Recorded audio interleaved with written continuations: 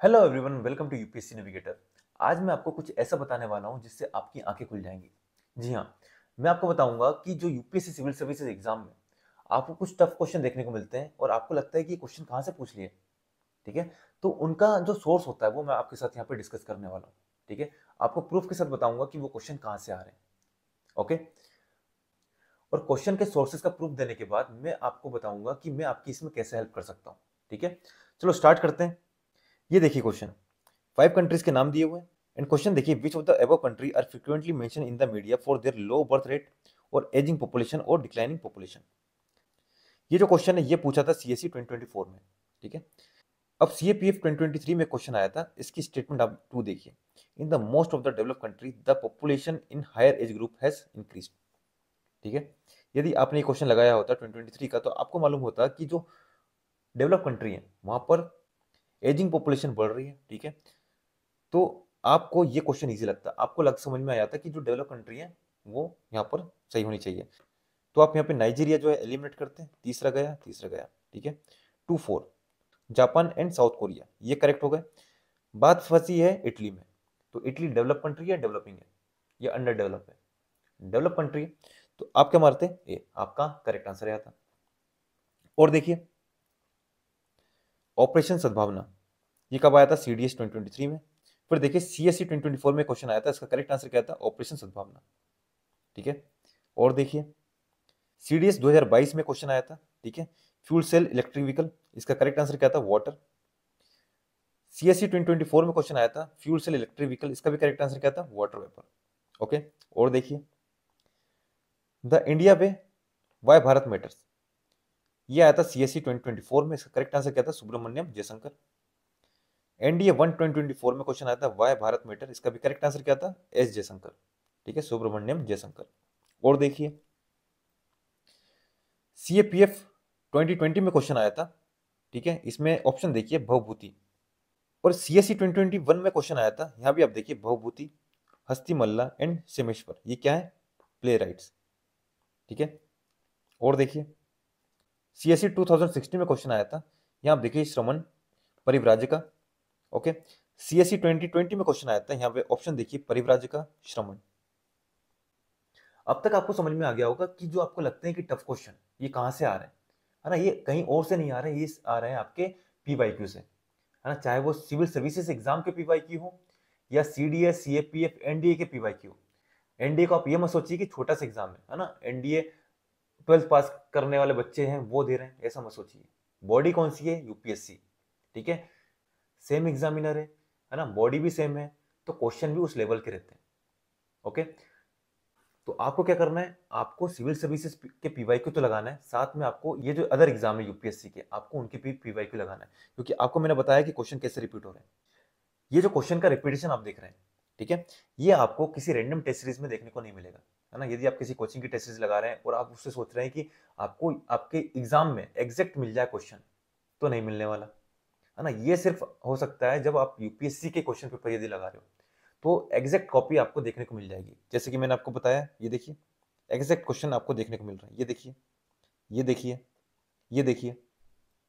Okay, ये तो कुछ एग्जांपल मैंने आपको दिखाए, और भी क्वेश्चन है ना? सारे क्वेश्चन यदि लगाऊंगा तो वीडियो काफी लंबी हो जाएगी। मेरा मोटो आपको समझाना है, ना कि वीडियो लंबी करना, है ना? मुझे अपना वॉच आवर नहीं बढ़ाना, मुझे आपका मेन चीज है कि आप लोग समझे कि क्वेश्चन कहाँ से आ रहे हैं। ठीक है, यदि आपने इनको कर लिया तो जो क्वेश्चन आपको लगता है देखने में कि टफ क्वेश्चन है, पता नहीं कहाँ से पूछ लिया, है ना? यूपीएससी कुछ भी पूछ देता है, ऐसा नहीं। यूपीएससी की अपनी थीम्स है, ठीक है, उसके कोर एरियाज हैं, वो पीवाईक्यू के अकॉर्डिंग जो है क्वेश्चन पूछता है। यदि आपके पीवाईक्यू पर पकड़ है तो आप आराम से क्वेश्चन सोल्व कर सकते हैं।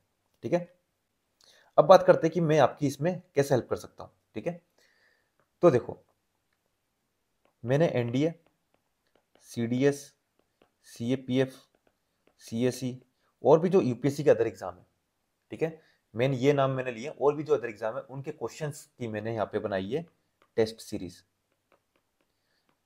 आपको ऐसा फील होगा कि आप यूपीएससी के एग्जाम दे रहे हो, उसका फॉर्मेट भी आपको सेम दिखेगा।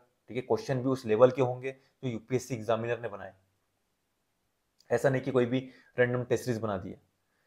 एकदम प्रीमियम क्वेश्चन आपको देखने को मिलेंगे, एंड टेस्ट सीरीज भी ऐसी है कि आपको ऐसा लगेगा कि आप यूपीएससी का एग्जाम दे रहे हैं। ठीक है, और ये जो क्वेश्चन है ये हेल्प कैसे करते हैं? फॉर एग्जाम्पल, यदि आप मान लो आपने पॉलिटी उठाई, पॉलिटी का एक टॉपिक अपने उठाया, मान के चलो प्रेसिडेंट, ठीक है, प्रेसिडेंट टॉपिक। अब प्रेसिडेंट के ऊपर यूपीएससी ने इतने क्वेश्चन पूछे हैं, इतने क्वेश्चन पूछे हैं, उसने जितने क्वेश्चन बन सकते थे सारे डायमेंशन पर सारे स्टेटमेंट बना दिए। अब यदि आपको कोई भी क्वेश्चन नया देखने को मिलता है प्रेसिडेंट का, ठीक है, यदि आपने ये क्वेश्चन नहीं लगाया तो आपको लगेगा कि यार ये तो कुछ नई स्टेटमेंट बना दिए। लेकिन यदि आपने ये क्वेश्चन लगाए इन एग्जाम के, तो आपको कोई भी स्टेटमेंट नई नहीं लगेगी, ठीक है, आपको लगेगा यार ये तो पहले ही पढ़ा हुआ था, सारे क्वेश्चन सारे स्टेटमेंट रिपीट है, ठीक है। यदि आप एनडी के एग्जाम लगाए, एनडी के बाद आप सीएपीएफ में जाओगे तो वही statement as it is statement repeat हुई है ना। एनडीए 2009 में जो स्टेटमेंट पूछी थी वही 2011 में पूछ रहा है, वही 2015 में, वही 17 में, वही 20 में, वही 24 में। सेम चीज 2009 में जो एनडीए में क्वेश्चन पूछा था प्रेसिडेंट की कोई स्टेटमेंट थी, सेम स्टेटमेंट आपको सीएपीएफ में मिल जाएगी, ठीक है। वही स्टेटमेंट आपको 2009 में मिल रही है, वही 15 में मिल रही है, वही 20 में मिल रही है, वही 24 में मिल रही है। उसी तरह सीडीएस में तो एक ही स्टेटमेंट हर एग्जाम में वही रिपीट हो रही है। प्रेसिडेंट के ऊपर कितने क्वेश्चन बन सकते हैं, प्रेसिडेंट के ऊपर कितने डायमेंशन से क्वेश्चन बन सकते हैं आपको समझ में आ जाएगा, कौन सी स्टेटमेंट बन सकती है वो भी आपको पता होगा। तो ये फायदा होता है। एक और चीज बताऊं, जैसे सिविल डिसोबीडियंस मूवमेंट है, सीडीएम हिस्ट्री का टॉपिक है, इसके ऊपर इतने क्वेश्चन पूछे हैं यूपीएससी ने, तो इसके सारे डायमेंशन सारे कवर हो चुके हैं। जितनी स्टेटमेंट यूपीएससी बना सकता था सारी स्टेटमेंट बना दी है। अब यदि आप एग्जाम में बैठते हो और सीडीएम के ऊपर यदि कोई क्वेश्चन आता है, आपको लगेगा कि यार पता नहीं कैसी नई स्टेटमेंट बना दी है, ये तो पता ही नहीं था मुझे। लेकिन यदि आपने ये क्वेश्चन लगा दिया तो आपको ऐसा लगेगा ही नहीं कि मैंने नई स्टेटमेंट देखी, आपको लगेगा ये स्टेटमेंट तो मैंने सीडीएस में लगाई हुई है या सीएपीएफ में लगाई हुई है, ठीक है। तो जो टेस्ट मैंने आपके लिए बनाए उसमें 10 टेस्ट आपको मिलेंगे पॉलिटी के, मतलब 1000 क्वेश्चन यदि आपने पॉलिटी के लगा लिए तो इससे बाहर क्या ही आएगा, ठीक है। उसी तरह 12 टेस्ट आपको मिलेंगे हिस्ट्री के, तो 1200 क्वेश्चन यदि आपने हिस्ट्री के लगा लिए तो इससे बाहर क्या ही आएगा, ठीक है। और जो ये क्वेश्चन है ये प्रीमियम क्वेश्चन है, ठीक है। और ये जो टेस्ट है ये मिलेगा आपको सेक्शनल, ठीक है, सेक्शनल टेस्ट है। पॉलिटी का टेस्ट है तो 100 क्वेश्चन आपको पॉलिटी के मिलेंगे, ठीक है। उसी तरह पॉलिटी के 10 टेस्ट हैं, है ना, तो मतलब 1000 क्वेश्चन आपने लगा लिए। फिर हिस्ट्री के देखेंगे तो हिस्ट्री के पूरे क्वेश्चन आपको मिलेंगे, है ना, 100 क्वेश्चन, एक टेस्ट में 100 क्वेश्चन रहेंगे। तो ये चीज मैंने आपके लिए बनाई है। और ये जो टेस्ट है इसमें हम क्या करने वाले हैं, है ना, तो उसके लिए आप आगे वीडियो कंटिन्यू देखिए, है ना, आपको आइडिया हो जाएगा कि हम इस टेस्ट सीरीज में क्या करने वाले हैं। यदि वीडियो पसंद आई तो प्लीज वीडियो को लाइक करना, और टेलीग्राम पर ऐड होकर आप मुझे पर्सनल मैसेज करके आप मुझसे पूछ सकते हो कि ये टेस्ट सीरीज आप कैसे ज्वाइन कर सकते हैं। ओके, चलो आगे बढ़ते हैं। Hello everyone, welcome to UPSC navigator. आज ही हमारा हिस्ट्री का टेस्ट नंबर 3 है, ठीक है। वैसे तो ये टेस्ट नंबर 7 है, लेकिन इससे पहले हमने हिस्ट्री के 2 टेस्ट कवर कर चुके हैं एंड पॉलिटी के 4 टेस्ट कवर कर चुके हैं, ठीक है। तो ये टेस्ट नंबर 7 है, लेकिन हिस्ट्री का टेस्ट नंबर 3 है, ठीक है। चलो स्टार्ट करते हैं। फर्स्ट क्वेश्चन देखिए, the Karachi resolution of Congress in 1931 advocated which one of the following issue. अब देखो इस क्वेश्चन से हमको पहले क्या इंफॉर्मेशन मिली, हमको ये इंफॉर्मेशन मिली है कि कराची रिजोल्यूशन ये कब आया था, 1931 में, तो ये डेट आपको याद रखनी है। अब ऑप्शन देखते हैं, स्टेट शेल नॉट ओन और कंट्रोल की industry and services. Option D देखिए, स्टेट शेल ओन और कंट्रोल की इंडस्ट्री एंड सर्विसेज, ठीक है। यहां बोल रहा है नॉट ओन, यहां बोल रहा है ऑन, ठीक है। दो सिमिलर टाइप की स्टेटमेंट है, तो मतलब आंसर इसी में से होने वाला है, ठीक है। बाकी दो स्टेटमेंट और देखिए, state shall hand over the key industries and services to the Indian business group, and option C, state should allow the Indian businesses group to invest 50% of the capital, ठीक है। तो यहाँ पे देखिए 4 स्टेटमेंट में से 2 स्टेटमेंट सिमिलर टाइप की, एक में बोल रहा है स्टेट शेल नॉट ओन और कंट्रोल की इंडस्ट्रीज एंड सर्विसेज, एंड एक में बोल रहा है स्टेट शेल ओन और कंट्रोल की इंडस्ट्रीज एंड सर्विसेज। और मैंने आपको बताया जब 2 सिमिलर टाइप की स्टेटमेंट होती है तब आंसर उसी में से होता है, ठीक है। तो हमारा आंसर क्या हो जाएगा इसमें, ऑप्शन डी, ओके। अब देखते हैं question number 2, the treaty of Yandabo. Treaty of Yandabo मैंने आपको वैल्यू एडिशन भी बताया, उसके ऊपर हमने हमारे प्रीवियस टेस्ट में क्वेश्चन भी देखे हुए हैं, ठीक है। तो इसका करेक्ट आंसर क्या हो जाएगा, ऑप्शन ए, 1826, ठीक है। बात करें यांडाबू ट्रीटी, ठीक है, तो ये कब हुई थी? फर्स्ट एंग्लो बर्मीज वॉर, ठीक है, फर्स्ट एंग्लो बर्मीज वॉर, ठीक है।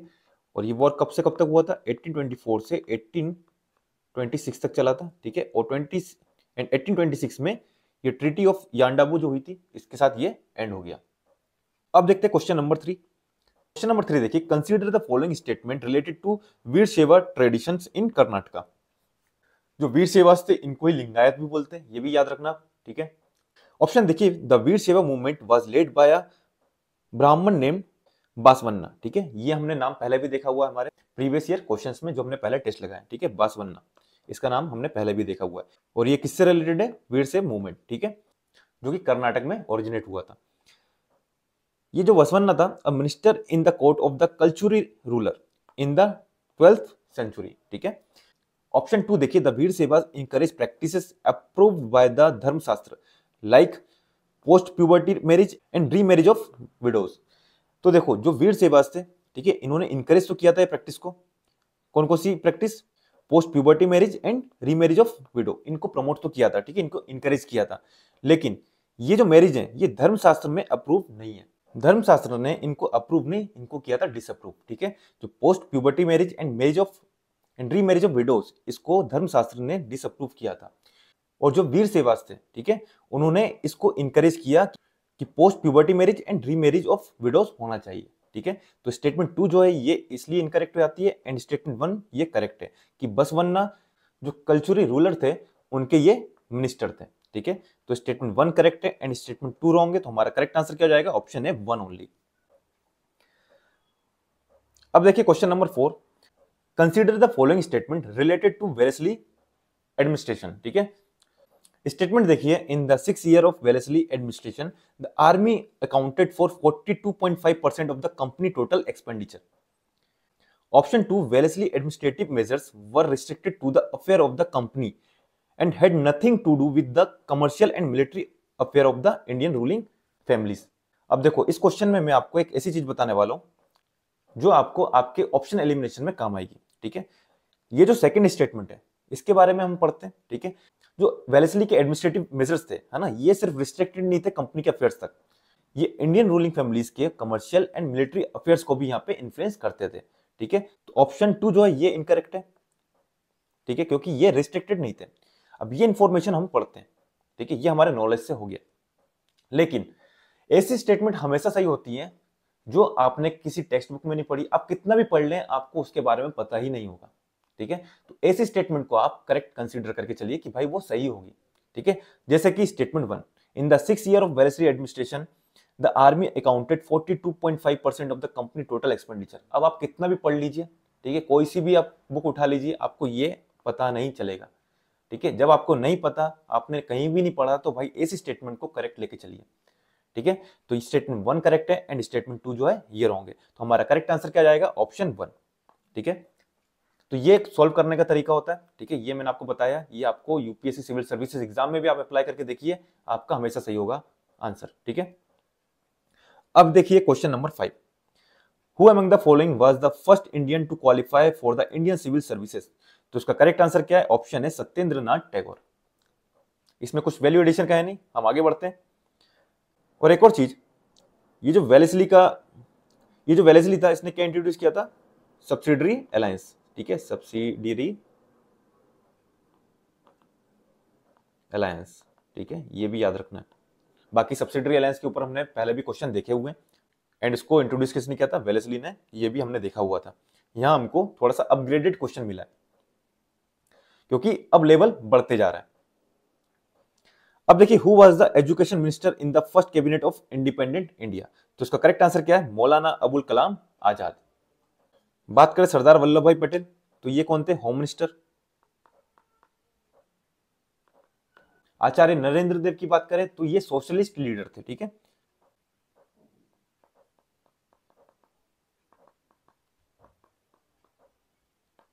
बस इसमें ये याद रखना है। अब देखिए question number 7, consider the following statement related to Dayanand idea of social reform, ठीक है। क्वेश्चन देखिए, Dayanand reform envisages a social order where different caste perform functions suitable to their status determined by merit. Statement 2 देखिए, Dayanand robust Vedic counterpart challenge the masculine West that had enslaved the Aryavrat. तो यहाँ पे statement 1 जो है ये correct है and statement 2 जो है ये रॉन्ग है. ठीक है, हमारा करेक्ट आंसर क्या जाएगा? ऑप्शन है.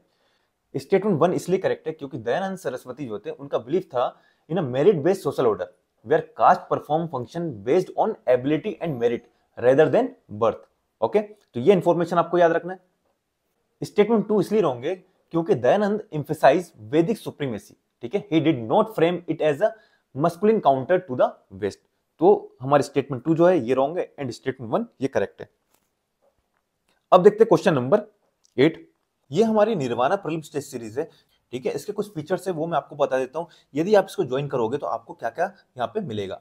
तो देखो, सबसे पहले 75 plus techniques for logical reasoning and elimination, ये मैं आपको क्वेश्चंस में अप्लाई करके सिखाऊंगा. ठीक है, तो ये आपको यहाँ पे सीखने को मिलेगा. सेकंड क्या है, आपको सब्जेक्ट वाइज टेस्ट जो होते हैं ना वो यहाँ पे आपको मिलेंगे जो आपको फील देंगे एक्चुअल एग्जाम का. ठीक है, ये हो गया. थर्ड क्या है, आर्ट ऑफ रिवर्स इंजीनियरिंग. ठीक है, ये कैसे करते हैं ये मैं आपको यहाँ पे सिखाऊंगा. फोर्थ क्या है, एग्जामिनर का माइंडसेट को हमको कैसे समझना है. ठीक है, क्योंकि आप क्वेश्चन किसका सॉल्व कर रहे हो, आप सॉल्व कर रहे हो यूपीएससी के एग्जाम का, है ना, जिन्हें प्रोफेसर बना रहा है. तो हमको उसका माइंडसेट समझना है. वो मैं आपको यहाँ पे सिखाऊंगा कि जो प्रोफेसर है, जो एग्जामिनर है, उसका माइंडसेट हम कैसे समझें. Value added lecture and PDFs. ठीक है, तो ये आपको यहाँ पे मिलेगा. तो सबसे पहले आपको टेस्ट दिया जाएगा, आप उस टेस्ट को खुद लगाइए, है ना. उसके बाद आपको लेक्चर दिया जाएगा और उस लेक्चर की पीडीएफ. ठीक है, लेक्चर में आपको वैल्यू एडिशन मिलेगा और वैल्यू एडिशन मैंने आपको पहले ही बता दिया है ना, कि हम किस तरह क्वेश्चन को सॉल्व करेंगे और कैसे वैल्यू एडिशन करेंगे. वो आपको आपके नॉलेज इनहेंस करने में आपकी हेल्प करेगा.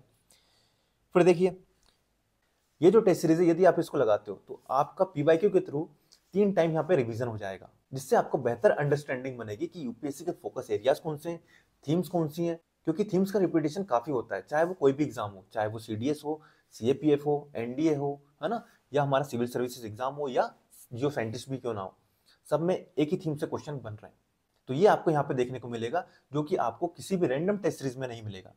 ओके, यदि आप निर्वाणा टेस्ट सीरीज प्रोग्राम को ज्वाइन करते हो, ठीक है, एनरोल करते हो, तो आपको कोई भी रैंडम टेस्ट सीरीज लगाने की यहाँ पे जरूरत नहीं है. ठीक है, आपको यहाँ पे डेडिकेटेड मेंटर सपोर्ट मिलेगा through out your preparation. Exam कौन कौन से कवर्ड है? एग्जाम है इसमें सीएससी कवर होगा, आपका सीएपीएफ होगा, सीडीएस होगा, एनडीए होगा, सीआईएसएफ होगा, है ना, इंजीनियरिंग सर्विस, जियो साइंटिस्ट, ईपीएफओ, एपीएफसी, ये आपका यहाँ पे कवर होगा. ठीक है, आप ये व्हाट्सएप नंबर है, इस पे आप मैसेज कर सकते हैं. Which one of the following statement is not true about Ijara system. बात करें इजारा सिस्टम की, तो इसको किसने इंट्रोड्यूस किया था? इसको इंट्रोड्यूस किया था जहांदर शाह. ठीक है, जहांदर शाह, ये इंफॉर्मेशन आपको याद रखनी है. और जो जहांदर शाह था, इसका टाइम पीरियड क्या था? 1712 से 1713. ठीक है, 1 साल का इसका रूलिंग पीरियड था और उसने इंट्रोड्यूस किया था इजारा सिस्टम. अब देख लेते हैं इजारा सिस्टम था क्या.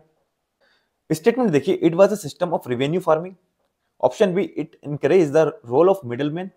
Option C, under this system land revenue was fixed for the peasants. And option D, the Ijaradar paid a fixed amount to the state treasury. और हमको बताना नॉट ट्रू, तो उसका करेक्ट आंसर क्या हो जाएगा? Option C. ऑप्शन सी जो है ये इनकरेक्ट है. ऑप्शन सी में क्या बोल रहा है? Under this system land revenue was fixed for the peasants. तो ये स्टेटमेंट रॉन्ग है. ये जो रेवेन्यू सिस्टम था ये फिक्स नहीं था, इसलिए जो इजारेदार थे, ठीक है, ये एक्सप्लॉइट करते थे पीजेंट्स को. ठीक है,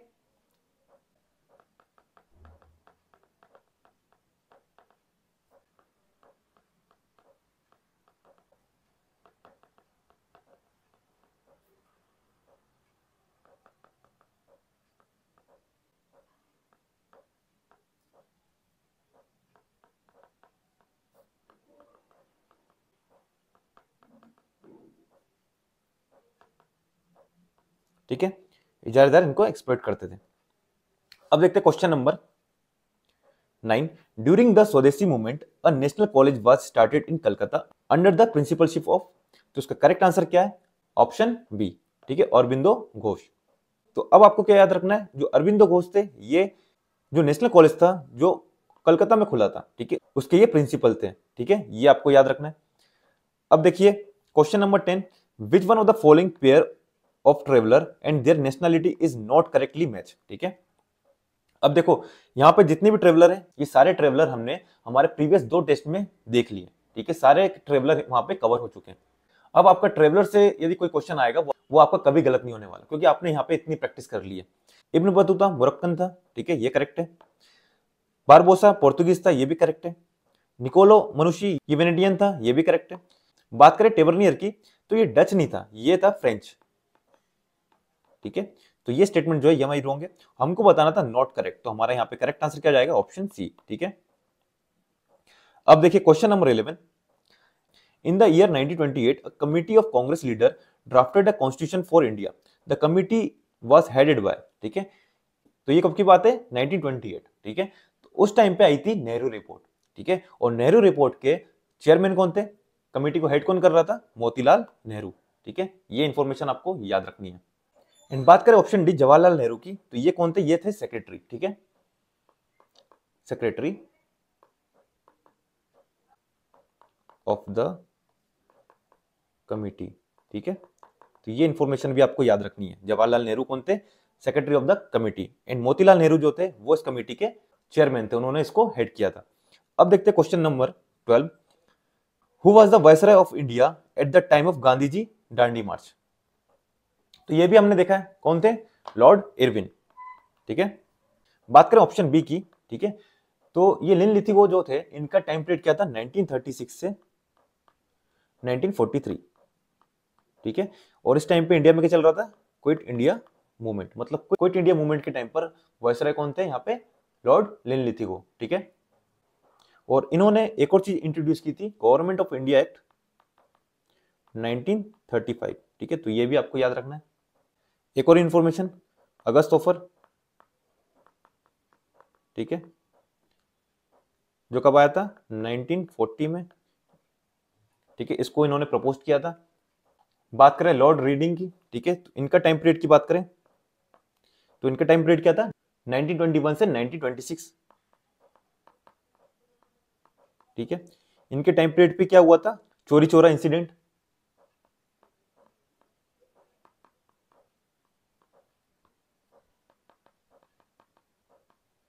ठीक है, 1922। ठीक है, ये इंफॉर्मेशन आपको याद रखनी है। बात करें ऑप्शन डी लॉर्ड विलिंगटन की, ठीक है, तो इनके बारे में देख लें, तो ये सेकंड राउंड टेबल कॉन्फ्रेंस के टाइम पर ये वॉइसराय थे। इनका टाइम पीरियड क्या, 1931 से 1936। ठीक है, सेकंड राउंड टेबल कॉन्फ्रेंस। ठीक है, ये इंफॉर्मेशन आपको इसमें याद रखनी है। कम्युनल अवार्ड इन्हीं के टाइम पर आया था। ठीक है, ये चीज आपको इसमें याद रखनी है।